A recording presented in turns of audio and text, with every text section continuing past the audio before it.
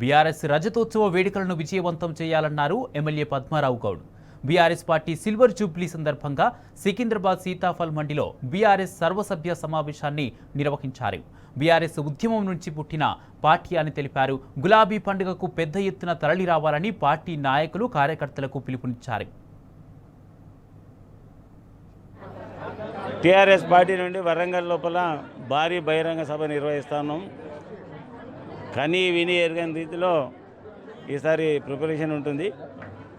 బహుశా ఈ అసెంబ్లీ ఎన్నికల్లో పార్లమెంట్ ఎన్నికల అప్పటి నుంచి కూడా ఒక 2 సంవత్సరాలు అవుతుంది మాకు బహిరంగ సభలు లేకుండా. బహిరంగ సభలు అంటే ఓసారి భయం అవుతుండే ముందు, అంటే 2 నెలలకు 3 నెలలకు ఒక్కో జిల్లాలో ఓ బహిరంగ సభ ఉంటుండే. చాలామంది అడుగుతూ ఉన్నారు, బాగా ఉత్సాహంతో ఉన్నారు మా కార్యకర్తలు కూడా.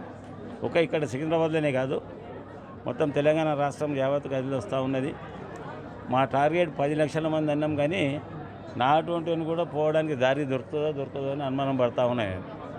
గతంలో సరే నేను జనగాంలో మెడికల్ షాప్లో టీవీ చూసుకుంటా మీటింగ్ అక్కడ విన్నా. నేను అక్కడ మెడికల్ షాప్ ఉంటే ఆ మెడికల్ షాప్లో కూర్చొని టీవీ చూసుకుంటా ఆయన నుంచే మీటింగ్ ఇది మళ్ళీ వెనక మళ్ళీపోయాను. అంటే నాకే ప్లేస్ దొరకలేదు. దాదాపు ఒక 50 నుంచి 60 కిలోమీటర్ల రోడ్ జామ్ ఉండే. ఈసారి ముందు పోయిన వాళ్ళమంతా అక్కడ చేరుకుంటాము. కొద్దిగా లేట్ గిట్ట చేసారు అంటే చేరుకోవడం కూడా కష్టమేమో అని అనిపిస్తూ ఉంది.